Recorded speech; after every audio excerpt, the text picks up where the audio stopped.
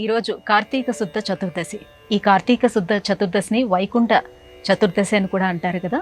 దీని యొక్క ప్రత్యేకత ఏమిటి? ప్రతి రోజుకు ఒక ప్రత్యేకతను పురాణ ప్రపంచం అభివర్ణించింది. 365 రోజులు కూడా ప్రతిరోజు ఏదో ఒక విశేషంతో జీవితాన్ని ఆనందమయం చేసుకోవాలి.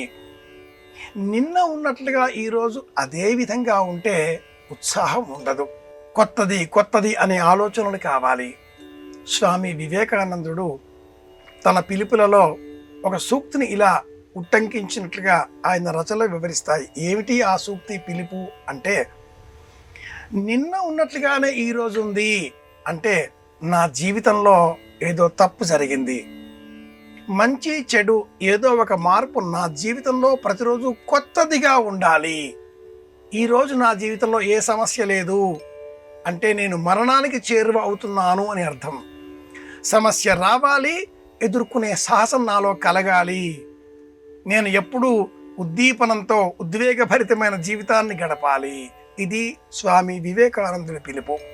ఈ విశేష సందర్భంగా జ్ఞాపకం పెట్టుకోవలసిన ప్రత్యేకత ఏమిటి అంటే పిశాచ చతుర్దశి. ఈ పేరేమిటా అని ఆశ్చర్యపోకుండా, కార్తీక మాసంలో శుక్లపక్షంలో పౌర్ణమికు ముందుగా వచ్చేటటువంటి చతుర్దశిని వైకుంఠ చతుర్దశి అని ప్రస్తావన చేస్తాయి మన ధర్మ గ్రంథాలు. పౌరాణిక ప్రపంచంలో ఈ చతుర్దశికి పిశాచ చతుర్దశి అనే పేరు కూడా ఉంది. ఇలా ఎందుకు వచ్చింది అంటే, చీకట్లు బాగా వ్యాపించేటటువంటి నేపథ్యం ఉన్న కాలం అమావాస్య కాలం. కానీ పౌర్ణమికి ముందుగా వచ్చే చతుర్దశి వెలుతురుతో ఉండేటటువంటి నేపథ్యంలో పిశాచాలకు ఆలవాలమైనటువంటి రుద్రగణాలకు, భూతగణాలకు, క్షుద్ర దేవతలకు, క్షుద్రాధిగణాలకు, అఘోరాలకు ఆలవాలమైనటువంటి కాశీనగరంలో సాక్షాత్తు శ్రీమన్నారాయణమూర్తి ప్రవేశించి విష్ణువు పూజిస్తాడు, శివుడు స్వీకరిస్తాడు. ఈ క్రమంలో శ్మశానం కాని స్థలం ఎక్కడా లేదు.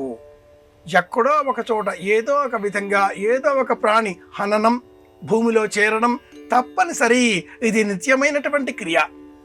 ఇందులో ఉద్దీపనం చెందవలసినటువంటి లక్షణం స్వామి శ్రీమన్నారాయణమూర్తికి సంబంధించినది కాగా, అంతం చేసేటటువంటి లక్షణం శివ సంబంధితం. అంతం మళ్ళీ పునరుజ్జీవనం రెండు సమాన ప్రాతిపదికన ఉండేవే, పగలు రాత్రి.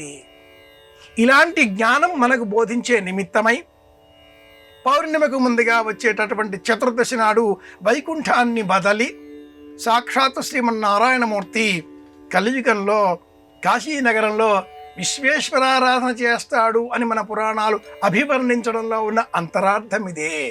ఈ దేహంలో మెటబాలిజం అనే ప్రక్రియ కారణంగా అనుక్షణం జీవావరణ కారణాన్ని అనుసరించి అణువులు కణువులు విచ్ఛిన్నం చెందుతూ ఉంటాయి.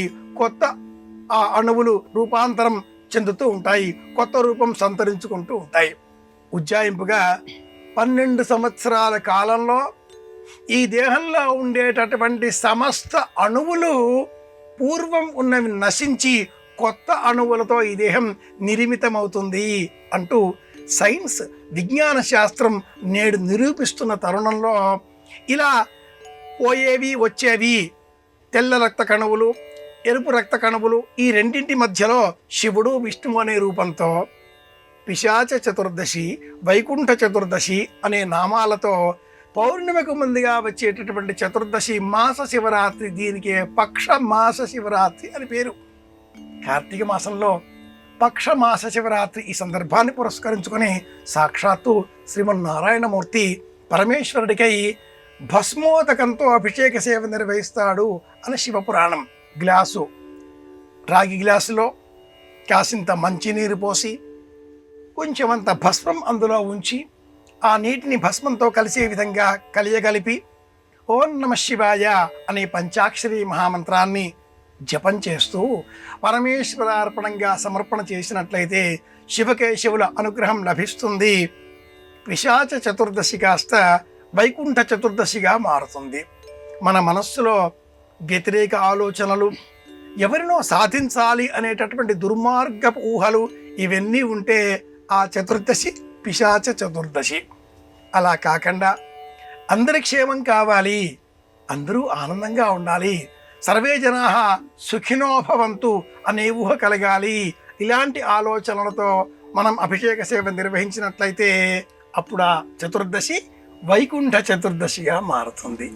ఇది సమాధానం.